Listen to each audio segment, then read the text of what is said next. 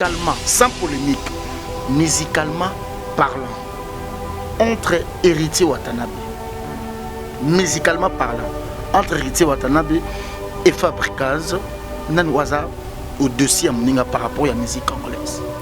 Ah, d'ailleurs, mon héritier, bisou tout à l'heure à la TV. Bino bozan ko bobo ibara ko pesa bato ba umeli na makambo valeur te poani. Pourquoi ça comparaison en atteint?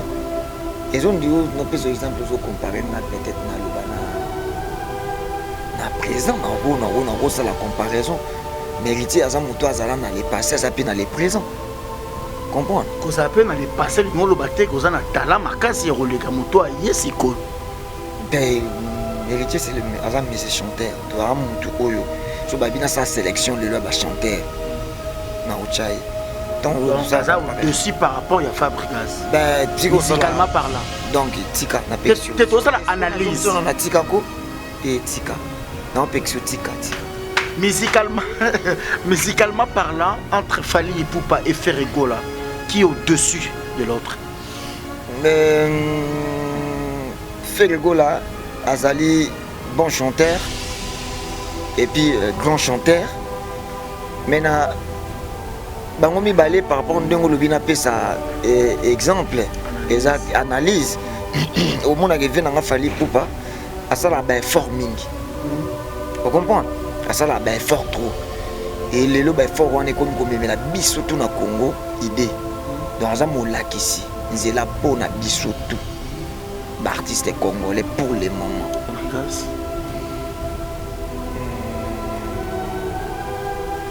na la fière na mboka na biso na la fière na artiste na ba presque tout na ba mapipo et mon ya Oumanya nya na fier na ba artiste et tout le monde na biso. Vous avez une difficulté en Roma Fabricaz, pourquoi? Congo ezali mboka moko munene za na ba artiste ebele.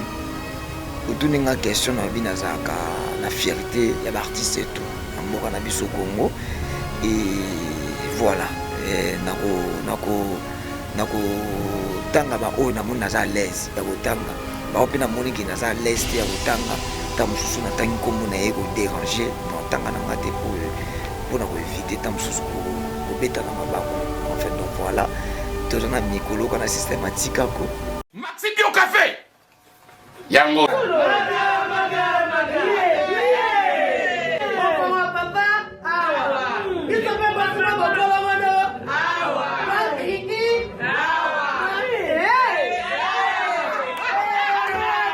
connaît pas demande hémorroïde et redimner oh ya diabète on en est avant sous réserve yango té bon ba te posa ka yo moko expliquer moninga so na problème na couple expliquer maman te longo ezo monisa biso na couple yango tout ok bio café et au sala biso nzote leng tomela ka na bino yango force mbetu danger Maxi Bio café original bande ko tomela yango bona santé na biso. Nous sommes Go Location. Nous prenons votre talon de bagage au pied de l'avion et nous vous déposons tout de suite où vous voulez dans les meilleures conditions possibles pour vous donner plus de temps et de liberté.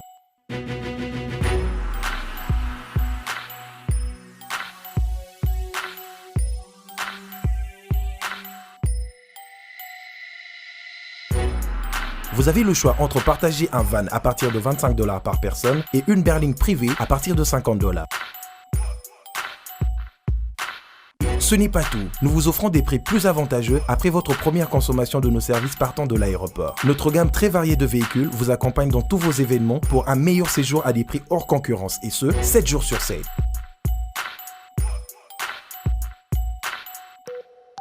Puis, nous vous faisons suivre vos bagages chez vous rapidement et en toute sécurité par un personnel professionnel et très qualifié. Pour plus d'infos, Europe, Amérique, Congo ou golocationrdc@gmail.com. GoLocation, nous sommes au Flat Hotel Lontu en face de ShopRite. Avant, quand je prenais mon vol, j'organisais tout seul. Quand je voyageais, que ce soit en business ou en économie, arrivé à l'aéroport, je rencontrais de tracas. 45 minutes à cause de tracas de bagagistes, ainsi de suite. Et depuis que j'ai connu le service de Go Location, je peux vous rassurer que le 45 minutes de tracas que je trouve à l'aéroport n'existe plus. Il y a moins de 30 minutes, bagage nanga. Là, plein de bateau, il fallait pas bête. On a pris samedi, à 17h, 17h30. On a tegui ba plan, on a cliqué j'aime. Go Location, louez-moi. Votre besoin, notre réponse.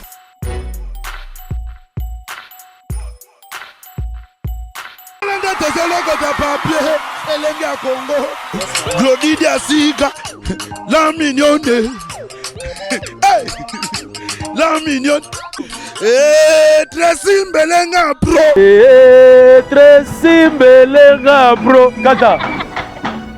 Merci beaucoup, mesdames et messieurs, de nous recevoir chez vous. Vous êtes très nombreux. Vous qui avez choisi le tonton de la presse Juvénal Kibala, vous êtes très nombreux en train d'attendre cette émission avec mon invité. Aujourd'hui, nous allons essayer de parler par rapport à la grande actualité qui nous attend. Au Batebele Bayebi, l'album au Batebele Bazeli pendant des temps, des semaines, des mois, des années, noir et blanc, Oyo.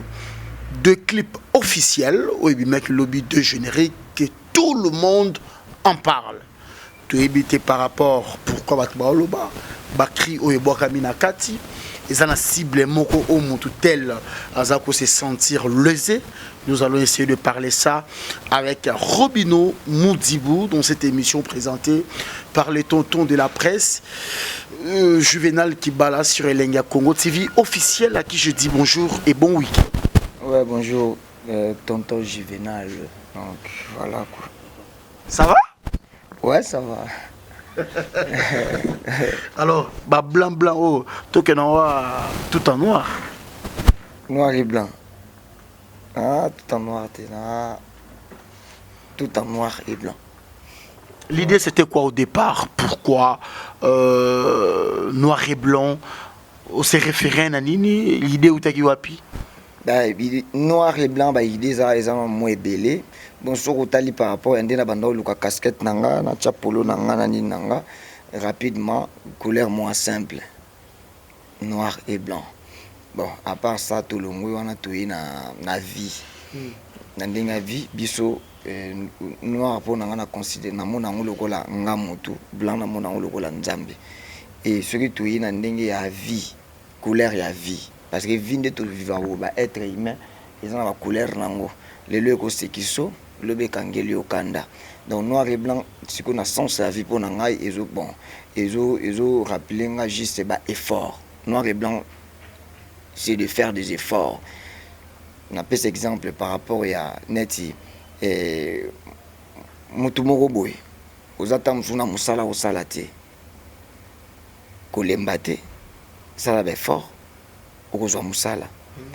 Mutumoro Boy pe ozana musala au salakano. Ozana partie blanche toloba. Kolembate, ça va fort et obattre la musala au sal sous plus posa na musala. Soroti ko ça va fort.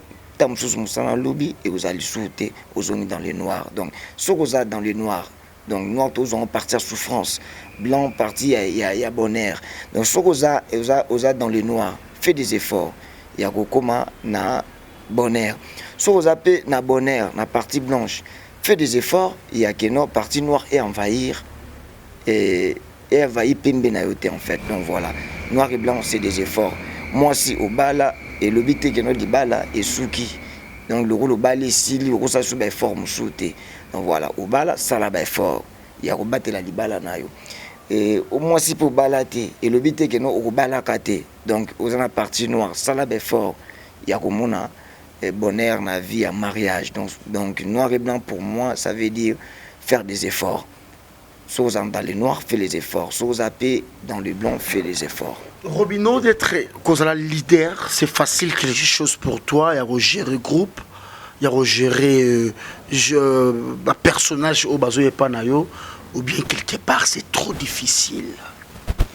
Sur le lobby c'est trop difficile. Et on dirait que c'est coupe nanga na ba makambo mabe et kotsanga mosu.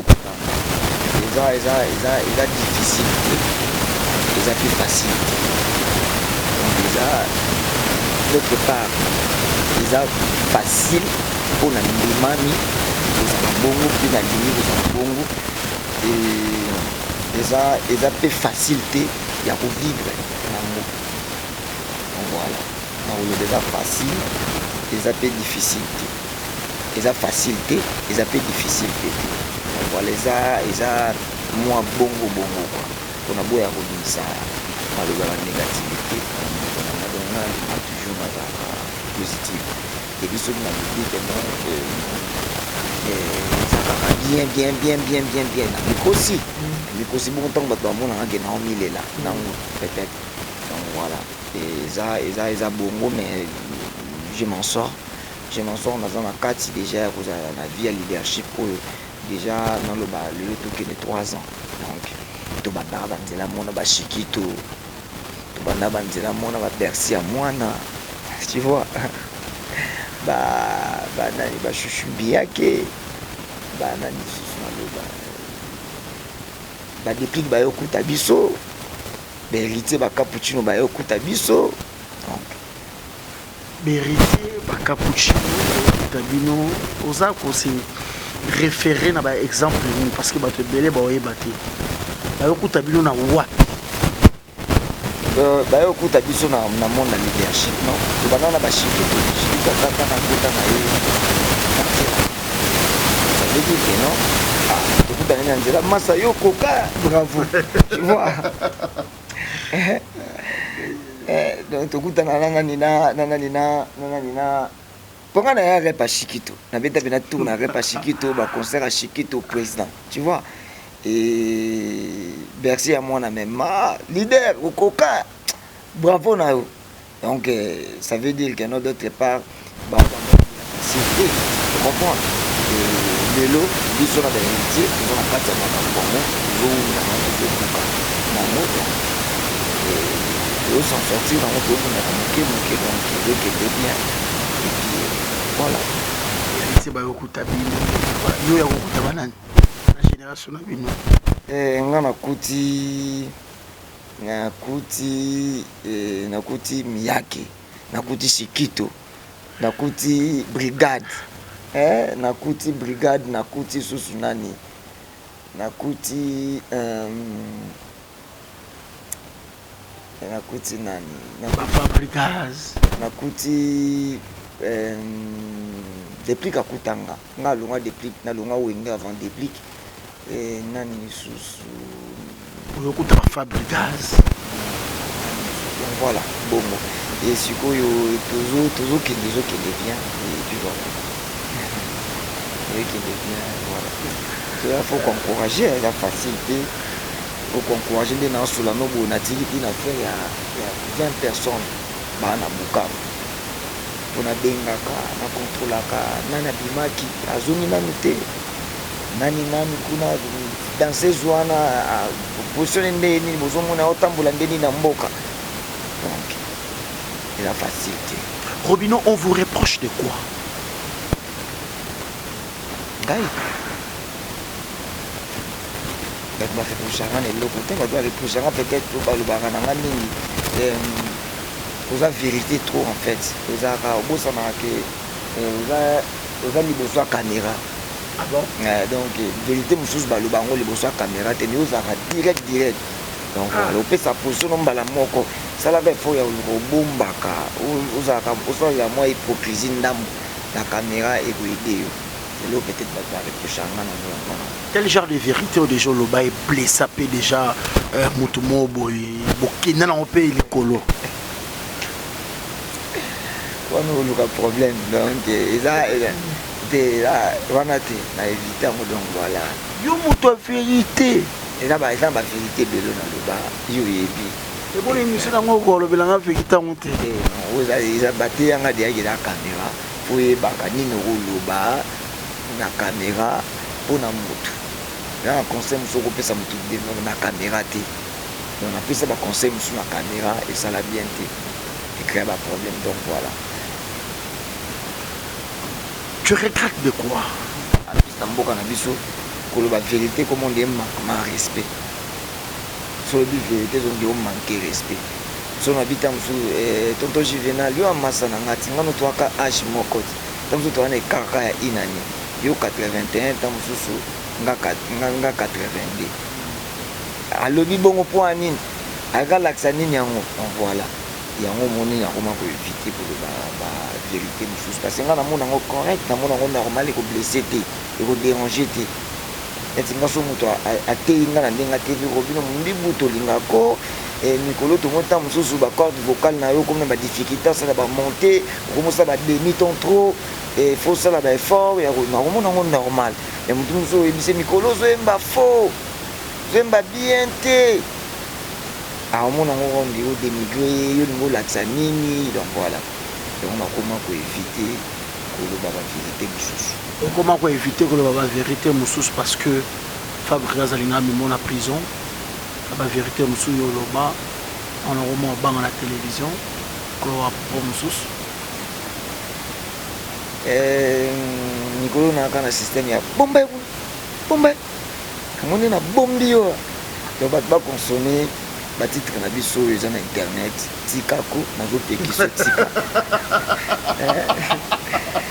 bato baconsome tikako bato baconsome jouer les ballons donc eza badevoir d'exercice topesi bato ebele bacomprendre que non nano tokomaki te quoi donc voilà musique eza nzela molai osali nano mpe mwana elobi chemin nango de coach de tous les animateurs congolais de sa génération ndenge alobeli bango obwaki nano te osali nano te mwana tika bikumisela miziki ya nzela molai eza lokola fourmi azolonga okoma kinkole okomi kaka na échangere okoma okanso nde omoni kinkole jamais miziki ya papa wemba wana nde bamiziki oyo biso tooreve. est ce que bike motu mwa alobaki ebosalaka miziki ya malamu mpona kokanisanga miziki deya tosala tokuta miziki ya malamu ezalaka deja e tosalaka miziki ya malamu mpona motu te tosalaka miziki ya malamu mpo eza mosala na biso po toteka yango ezala bien et puis voilà quoi miziki nyonso etekama miziki nyonso basombaka yango batala yango eza deja miziki ya malamu miziki ya malamu ebanda baperiode ya bakale jeff bawendo colonsei ezalaka miziki ya depre vane na bastudio na bango kaka ya bakala wana ya mabe me toyoka yango kaka eza agréable etili oyo na litoi donc voilà miziki ya malamu exista déjà et puis zo tozocontinue kosala miziki ya malamu mpo na kovaloriser toujours culture ya mboka oyokaka déjà quelque part motu mo bo artiste mo mpe déjà lobango bongo ben nano nayokango te na génération mikolo nano nayokango te artiste moko alobi makambo ya babongo lelo oyo par rapport ya musique oregreta nini par rapport ya bapropos mobimisa ya baaction mo bosala oyo lelo so ovandi personnellement oregreta na quelque chose na eloko na regretaka te nazaki nde na makambo esalanga plaisir nabeta orchestre mo na wengimo na weronson esika oyo bafere ebola char de poule baleka bajdt babindombe esalanga plaisir ya keno nayemba na héritier watanabe tu vois esalanga plaisir ya kobeta podium mo na weronson azali legende na biso icone na biso na eloko na regretaka te na carrière na eloko na regretaka te. Quelle relation a-t-il entre Robineau et les artistes congolais? On a la relation bien. Ah bon? Ouais, on a la relation bien. On a la bien. On a la relation bien. On a la jamais problème. On a la relation bien. On a la vérité Watanabe ayambanga bien na wenge. Si le lot, tu gardes la relation bien. On va ta piste. On a la relation bien. Et voilà, Robineau Mundi, vous n'avez toujours reconnaissant, on a bien fait tout. On a dépliqué pour une nuance. Ayambanga bien na wenge musique à maison, mais on tourne la relation bien. Et voilà, quand nous avons poussé dans la danse, qui est la danse makasi, Olivier Paul n'a rêve na déplique. On a bien bien na bango bénéfique à moko. On a reconnaissant na art nyonso ya bien, mais nous sommes bazali, ça va acte bien après si maintenant comme composer ba acte ya faux. Le ba acte ya faux et ko pousser moutoupe a bossa na ba bien fait. Car la maison mère. Les gens ont na mokili, on le dit quand la maison mère, les gens ont na mokili. Toujours vivre, la vie continue. Donc nous sommes les deux temps ça là acte bien. ya bien après sima mikolo comprendre bongwami donc akomi ndoki akomi koloka tindelo bato babuko loboko batie le poison kufa ufundo na la police bakanga yo donc tu vois donc sans polémique vocal ou chanson moi depuis que ebizani nayebi makambo depuis ebele nayebi ebele déjà nawemba nzembo oyo nalinga nzembo oyo ebimisa ye kokamwani te soki omoninga na nzela nazolela ngai bolingo ye limakambo koboyanga te donc voilà tabako asengaka melesi te maloba mwa mabongo donc voilà depuis pomba nuance mwa kala nzembo kala mpenza makasi etika biso na bamessage mo ya babien héritier Watanabe mikolo mpe nazoyoka renard ça va renard renard ya bien et si on disait héritier Watanabe eza ebele eza ebele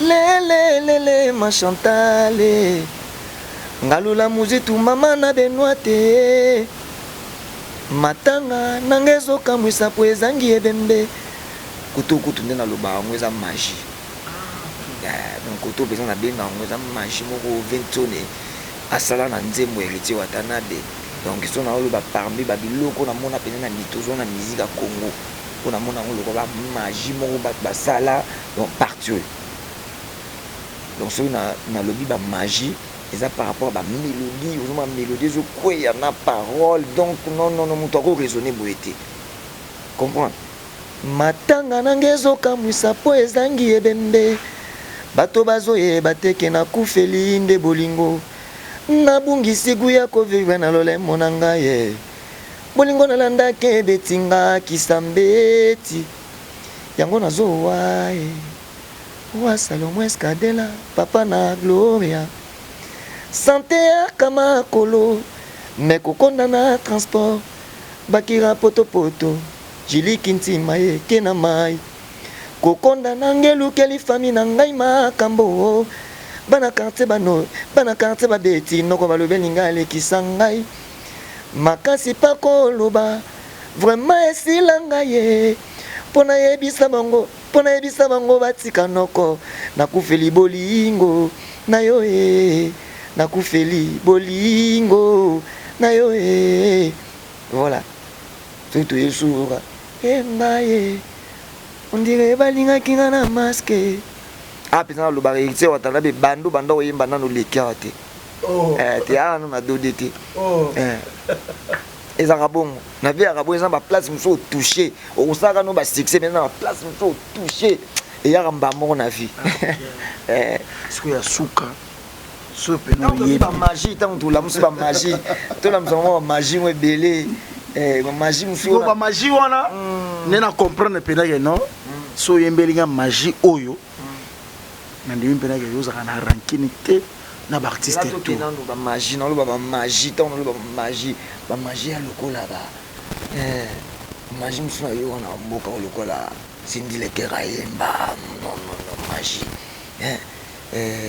zela eza sonini magie na nga nalingaka magie alkansiel ebimaka ekanga mbula elembo nini yo otiki na motema na ngai natikali nanga lokola mwana so oyo balei mama na ye na bonane taka mwana soso bali mama ne na bonane atikali siko ye moko quelle pitié moto akoraisonne bongo ndeni en plus na mélodie yango ndenge ekweya na nini yango ndenge ya donc voyez eza bamagie donc eza bamakambo nga kobino mondebu namonaka donc soki namoni yango seke bato bamonaka mpe bamoni yango donc voilà alkansiel ebimaka ekanga mbula elembo nini otiki na motema na ngai natikali nanga lokola mwana soso oyo balei mama na ye na bonane voilà wana basuka na bamagie mosusu tozwa lokola le bogar Cappuccino le bogar aza lista bamagie te nano abimisa magie te avec l'état peut-être royal ba magie toujours le là-bas. Et si on disait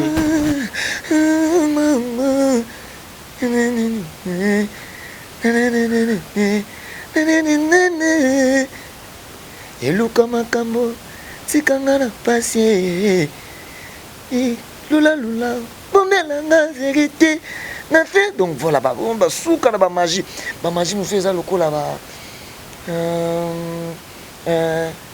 oyo ninyo sali ngai oyo kisinga soni na miso ya bato mama pasi na nga na loyembo openza so nazwi déception mpenza nde bisika na kweyaka non déception ya vie déception makambo tu oyo ninyo oyo kisinga soni na miso ya bato vraiment pasi na nga na loyembo bato tu basekinga oyo ninyo sali ngai obimisinga yuma na miso ya bato vraiment pasi na nga na loyembo bato tu basekinga divino kome mama ese walaka oyebi po bato bamona bokamatani ebe bodonwa ngana mesana nanga kosambwa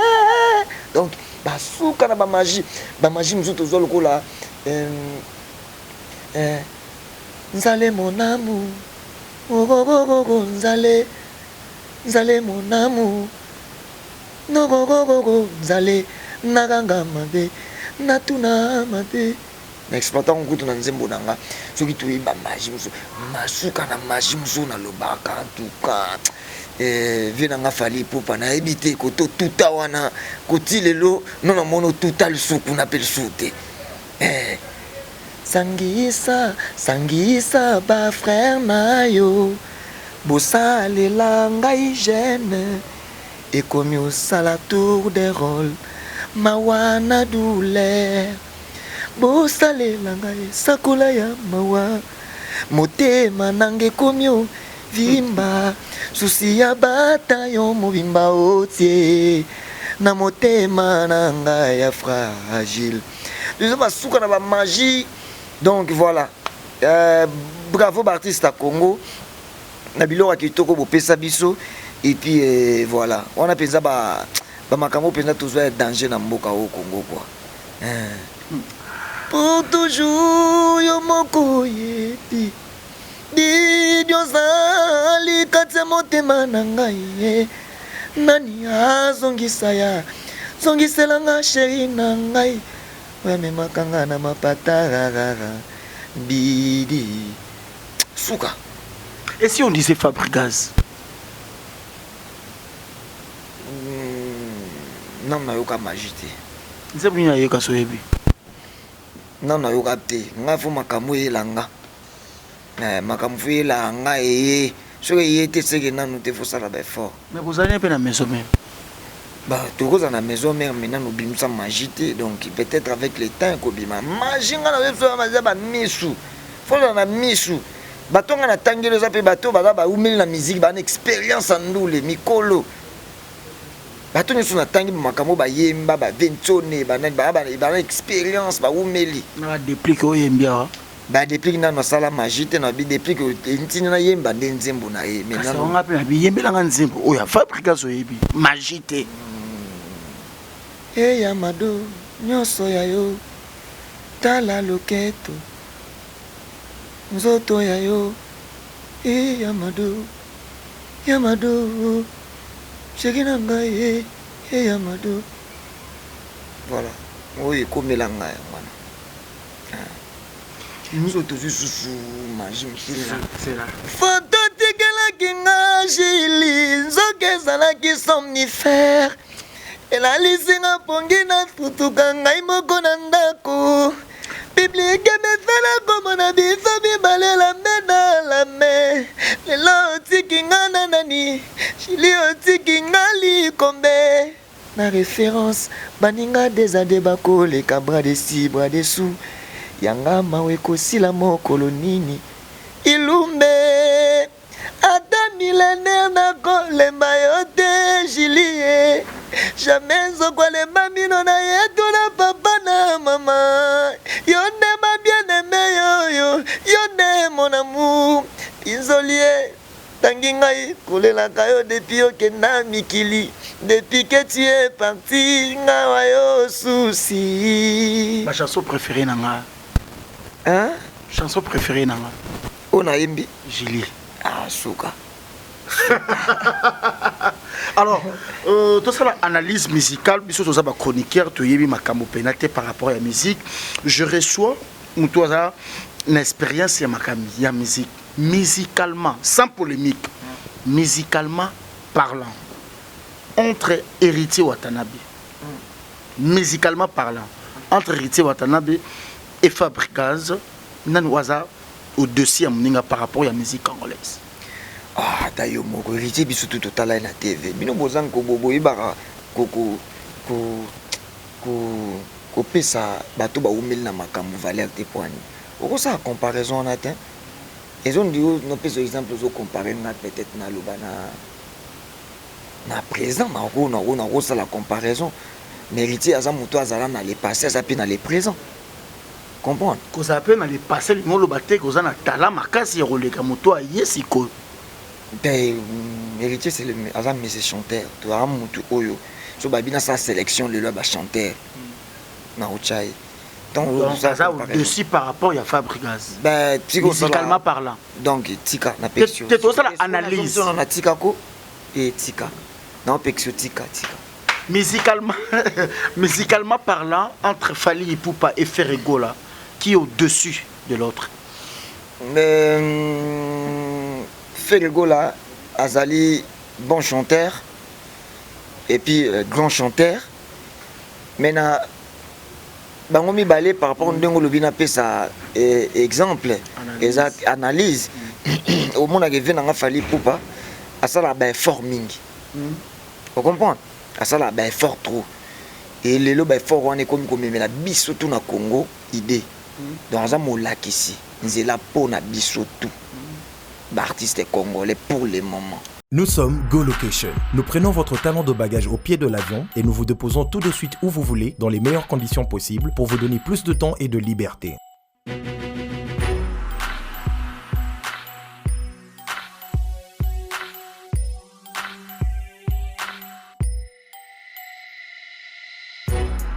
Vous avez le choix entre partager un van à partir de $25 par personne et une berline privée à partir de $50. Ce n'est pas tout. Nous vous offrons des prix plus avantageux après votre première consommation de nos services partant de l'aéroport. Notre gamme très variée de véhicules vous accompagne dans tous vos événements pour un meilleur séjour à des prix hors concurrence et ce, 7 jours sur 7.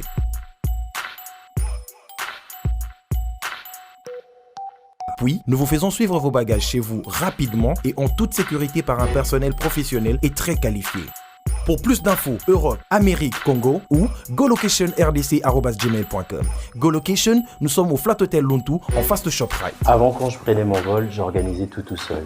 Quand je voyageais, que ce soit en business ou en économie, arrivé à l'aéroport, je rencontrais de tracas. 45 minutes à cause de tracas de bagagistes, ainsi de suite. Et depuis que j'ai connu le service de GoLocation, je peux vous rassurer que le 45 minutes de tracas que je trouve à l'aéroport n'existe plus. Dans moins de 30 minutes, bagage nanga. Là, plein de bateau, il fallait pas bête. Na foi samedi, na 17h30. Na tegi ba plan. Na cliquer j'aime. GoLocation, louez-moi. Votre besoin, notre réponse.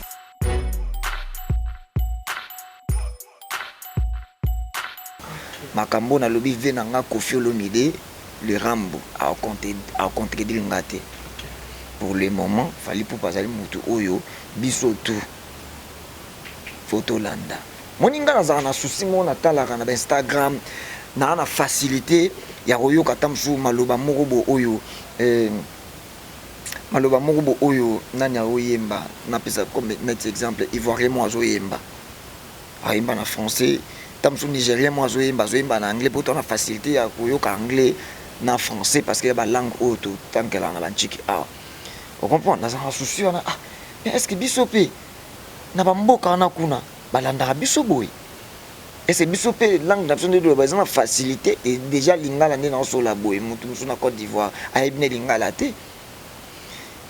na dernière souci on a ko ça l'effort que makam suna salaka faut ezala na français souci na ngana et natala boba souci na ngana ya bimisi en album né o ouais ba bazem na français voilà et faire pas ça là non na yokate en fait non na yokate ndinga mabete na ah wana ba critère oyo sali ke o muto analyse donc akundole lo mobo ya bien o ezaka souci na nga na mosiko eza souci na nga ngo c'est pas facile o sala pe bo français ba bo yo o baby si pe vie no carrière pe baby donc français to banga kango ndinga mukete ko sala o sala album mobo tamso 10 chansons et bi ba français kana ba français to banga ngo oko bima oko beta côté omoni pe ote quitter ba sombi o pété depuis kala to banga ngo parce que to yebi public dans biso akini ya Congo en fait donc voilà so ko tshentse mono mo chambo malo ba français so comme côté on est commandé comme mini comme ndengai na matoi so zo yemba on a live ata ko sali succès ba mona lo ba grand musicien mboka na biso Congo na ko cité ba yebian ata ko sali succès okena masina par exemple zo yemba nzembo no mo za malo ba français ba hotelema ba sepela na ba mélodie ba yoka ngo mais moi attends je da chanter na concert ya ngo to éviter to banga ngo to éviter ngo na ndenge politique à koteka mais ya osé ko sala ngo comprendre donc aza mutu mo par rapport à question tuni a poussera ba idée na un peu loin tapela ba idée na un peu loin et puis voilà pour na juger bango mibale par rapport à bongo au sala analyse moi qui toko vraiment mais et yelo pe déjà mato ibalo ballon qui comme porter parole ya fali pour na blesser ba collègue na mususu pour un jour on a boule pe batino na porter pas fali naza porter parole ya makambo bien moto nyonso sala makambo ne bien na porter parole ya makambo na ya bien en fait. Donc voilà. En plus nous le mambo poto ngane na boye na lo batam na jeune moko artiste musicien to beta musique lelo o ami kende la poto na ndenge na ye comprendre ya sans mouvement même mayo comprendre nga ça 7 jours na Belgique 7 jours na za na wenge musique à maison mais na kenda Belgique 7 jours camoufler na parler na zo banga pe wenge batimbela kena na poto eba piro to kima to kenda kati ngapi na kenda bongo na zonga par père ya ko banga ke ba longola na wenge na zonga famille na ngaka na ba relation na quelques amis ba yebi donc voilà na ba bisi mususu oyo ba tanga bande ko na bona poto ba yebi ke obi na sanya ta koto et na kenda nga moko na ba fort na nga moko donc ngana ko sala elo côté na kumsa mutu po na sima nango fa pesa ngel loko boy grand frère na fali po ba yebi makambo mukolo o supposons parce que toza batu bolembo kokota akwei na kumsa le passé na le président na kumsa te po ekoti bolembo donc voilà c'est un peu ça donc longola kutu ba idée wana ngaza ka hypocrite na loba oeza na loba oyo salima mikolo nazaka na plaisir moko ya kobota manayi mboka moko et nini pays moko kaza congolais ngape na congolais tala juvenal toza na katsa na sa mitema toyebi bat musunde baloba makamwa mitema na bango te vous comprenez et ngana bimsara mingi eza na katsa mutema nanga le plaisir nanga na moni ba trophée bat bazu ba trophée ya ba bien na la plaisir na plaisir ya komona keno ba trophée ba bazu ba trophée moi ke ba trophée net na moni vina psazu ko film dazu trophée à légende nana obo yango na yo ki fali nani héritier watana bazu trophée meilleure chanson BM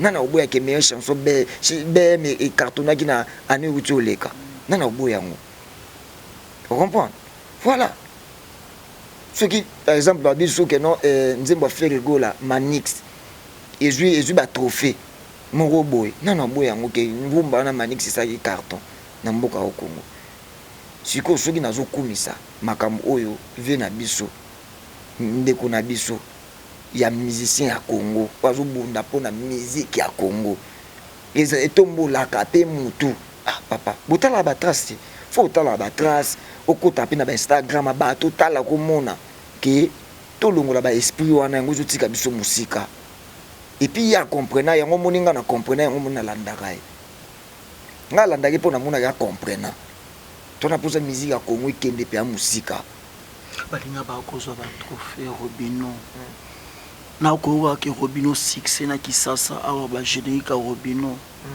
balinga ba kozwa ba trophée ata trophée linzanza mo ba ko pesa ote vraiment ben trophée naza na carrière moulai na carrière moulai ndena lo bango je suis un débutant na bandi na kaka lobi lobia même pas 4 ans même pas 5 ans Héritier salika une année te Héritier na carrière moulai ko tsa une année te bon na carrière moulai depuis 2000 depuis non le ba 97 na 98 Héritier ba niko yemba par rapport à l'album nga on a sali album te non, c'est l'album, c'est juste un maxi single mini album 6 titres. On a bimisa. Le générique no tout bas ko loba succès makambo. Comment trophée moroté. Bon, trophée beaucoup loba rosala tam susu. Concours morobo ya meilleur générique. Né du trophée na auto jouer meilleur générique à concours mo salema ki na chaîne na biso a numérique. Na zoa ki. Mokolo ba rosala trophée tam susu na année ki ngani bo meilleur et logo générique. Et betaki na kozwa non ya bongo ça limité so ça mito kozwa mais na ebi que non aza meilleur parmi ba meilleur ni na za bona ebi na za meilleur na zo mériter o nyoso ya bien ba zo mériter voilà obino mundibu na za na carrière moulai soki mutu monga zui trophée na année o to pe na année leki Congo gagné soki Juvenal le zui trophée Congo gagné mais na pesa ka conseil ya lingaka tango utalaka trophée pe na ndako oyo ke trophée na mérité et nous ezalaka no trophée mo oyo ke no mtema pasi nga penza na sombaka na nga kaka tokomo chité donc mtema pasi na mgoli na kozwa penza yanga comprendre des amis artistes be basoma ba trophée basi ba contacta nga plusieurs fois na ba concours ba chaba trophée ya Kisasa wa ya que non tout ça la venir na biso mais faut penser que le bobo to peso to miso meilleur na rubrique boy na loba non nada na loba penda non donc voilà et ça la mtema passe ça mtema passe mo biga et logo penda ba pesinga meilleur générique mais na 2017 générique beta ma casque le kachana no boizate na pesinga ngo ka pona sana mbongo kusomba oza fier na mboka au Congo vous avez un musicien au la JB Mpiana et Ranson makasi na nenga mukete oza fier na mboka oza na musicien au Fabrigas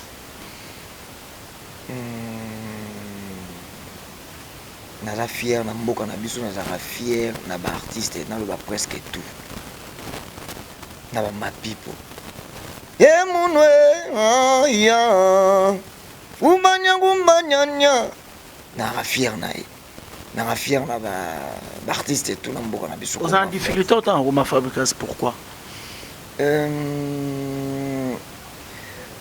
Congo ezali mboka moko munene eza na ba artiste ebele autour d'une question na binazaka na fierté ya ba artiste et tout na mboka na biso Congo et voilà nako tanga ba o na mona za l'aise ya kotanga ba pe na moni ki na za l'aise ya kotanga ta mususu na tangi kombo na ye ko déranger na tanga na ngate pour na ko éviter ta mususu ko beta na mabaku en fait donc voilà to na mikolo kana systématique ko nazo pekiso tikako et tika.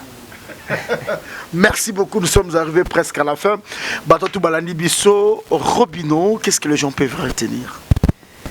Tu vas retenir que album noir et blanc et Zouya le 14 février, noir et blanc, et vous avez déjà dans le terrain, et vous avez déjà dans le marché des disques. Mais dans un premier temps, on a l'ambiance et la fête, tout les binos dégénéré de tout le bateau, toujours double. revolver, double flic à Miami. Donc voilà. Petit côté, dans un système Mikoloka, rien coup d'un coup, ara, tata, ara, tikako. Donc voilà, rien coup d'un coup, ça veut dire réglage d'un coup à un autre coup. On est générique, vous avez bien réglé, vous avez bien préparé pour nous couper ça. Moto nous soit comme méga. Akoboya kotika akokoya ara tata ara ngulumana mabele. Merci beaucoup.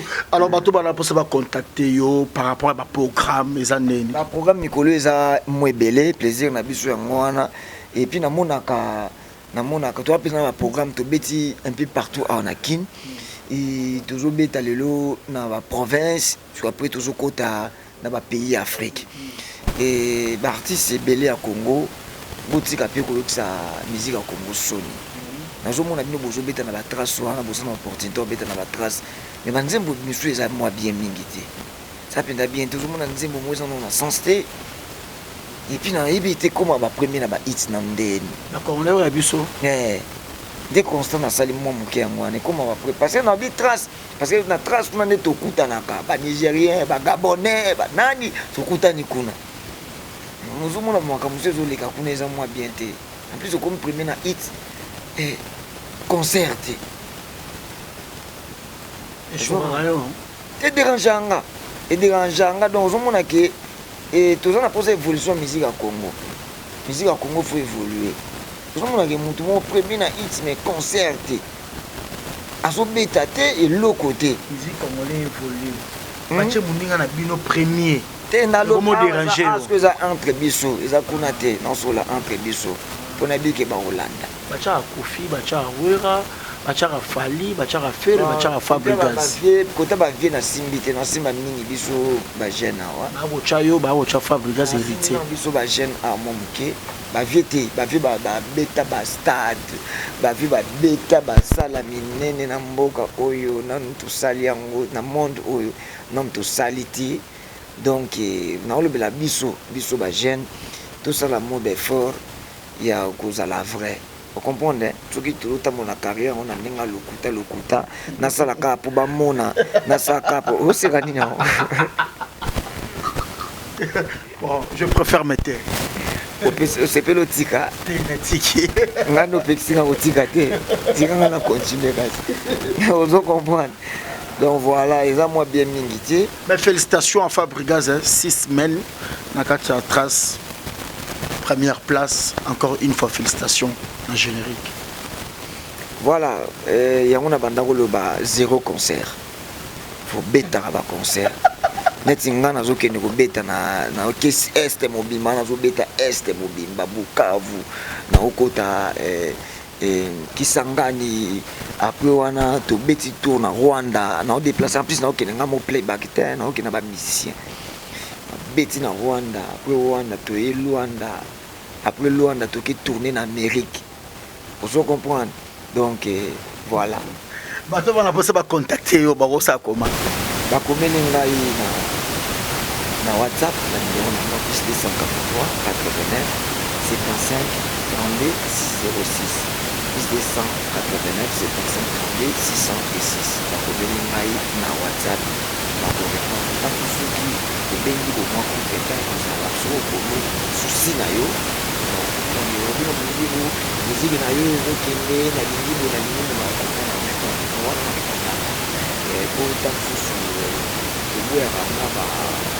kozalanga change soit omemi nga na page officielle na ngai na Facebook na kosenga mpe na bato basabone na chaîne na YouTube bosabone mpe baactualité na nga mosusu banews na nga mosusu na chaîne na nga YouTube bosabone na chaîne na nga YouTube borobino mondibo donc voilà c'est un peu ça tonton juvenal nasepeli ya trop ndenge oyo tosala émission et puis napesi bambote na ngai na Justin Nzengo papa na Beauregard Giovanni Marekema na Dar es Salaam bambote na ngai na Dominika le pouvoyeur bambote na ngai na Ben Willy le Gabonais Dr Jeff Njanji le Teta don de Dieu Oscar le beau fantasme. Donc voilà, tout bazarana na pisibino bambo tenait toujours ensemble. Tout garder toujours cap. Merci beaucoup. Tout garder toujours cap. Je dis merci na bato tout balandi sur la fanatique il y a la bonne musique. Au consommer toujours des génériques où ils attiré na opis il y a noir et blanc. Donc au ebimi ya opis sur le côté na YouTube, la page officielle Robino Modibo officiel. Nous avons beaucoup des opis. Il y a générique, ça a plaisir dans la Congolais à diaspora, même au Abisso Awa, toujours fêté dans le mois de décembre. Je dis merci à tout Balandi Bisso, Baoto Balinara Juvenal de la presse, Cyril Enyakongo TV officiel, Trissim Belenga Pro. Merci à toi Jimmy et Daniel Obama qui écoutait tout avec. Nous disons un grand merci à celui qu'on appelle Willy Mouché 001 code mondial, James Kabenge, les papas Naprayam. Nous disons merci à celui qu'on appelle le projecteur de l'Europe, la plus jolie dame de Belgique, la diva congolaise de Bruxelles, Philomène Lumingu Yaba Philomène. Merci énormément aussi à celui qu'on appelle la joie Pichuna Amado et Bibio Ali Vitalo, Junior Molenge, Batutu Oyabiso, Barutu Apesa Rabiso, confiance, équipe nationale en général. Honorable Paul Bin Moussambali. Honorable Paul Bin Moussambali. Donc, tous en a confiance en Paul Bin. Merci. Vous savez, pété. Honorable Nabiso Baza Ebele. Honorable Henri Kabi. Henri Kabi. Mère Nabiso. Nabiso Piba Mbote Kotozali. Et puis, papa Nabiso Jean-Michel Gonda. Donc, Nabiso Mbote. Et papa Nabiso, son excellence Antoine Gonda. Nabiso Piba Mbote, avec tous les respects. Nabiso papa Nabiso. Son excellence Jean-Michel Gonda na pesi bambote kotaza et puis voilà Douk Dinika le pouvoir toujours. Merci Toko Nosuka, merci na bino nyonso Joël Basunda depuis quelque part.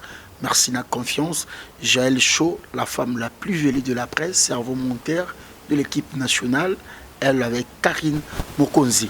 Bataki ndoki basomi nganga basale le roté avec les nababa bakulia na butu kureke.